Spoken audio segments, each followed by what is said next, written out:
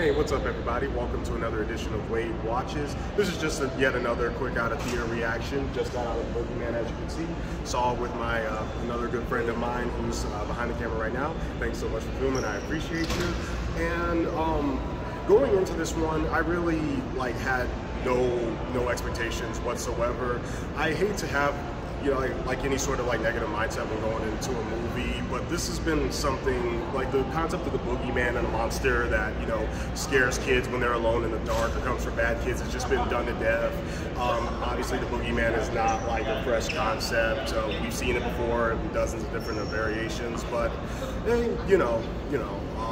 what can I say? I still wanted to see it and check it out, and thankfully it wasn't as bad as it could have been. Not to say that it was by any stretch of the imagination bad. I actually quite enjoyed it, and I think the thing that works here is just like the use of sound and kind of preying on what you can't see instead of what you can see. There's not an over-reliance of jump scare, and because it's PG-13 there's not a bunch of gore or horrific imagery, and that actually worked to this movie's advantage because it's very much about getting into your head and preying on your fears and whatnot. So I enjoyed it for that. Yeah, and story-wise, nothing special. Family has to deal with some spooky shit. They're a struggling family. Right now, I'm sure you can think of a dozen different horror movies that have done that. So, story is so-and-so, but I enjoyed the use of sound. So, yeah, decent horror movie.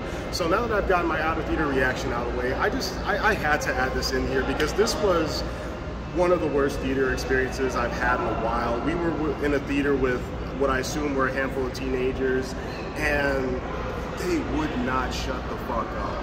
And all I have to say is that if you ever feel bad about being bad with money or finances, just remember that there are people in the world who literally pay almost $20 so that they can talk to their friends in a dark fucking room while a movie is playing. So just a quick PSA, because I don't have time to do a full rant video on disruptive audience members. If you're in a theater with a paying audience, shut the fuck up. And sorry, I just had to get that out of my system. So that's all I have to say about that. This was a decent horror movie. Asshole audience members suck. And this has been another edition of Wade Watches. I'll see you all next time.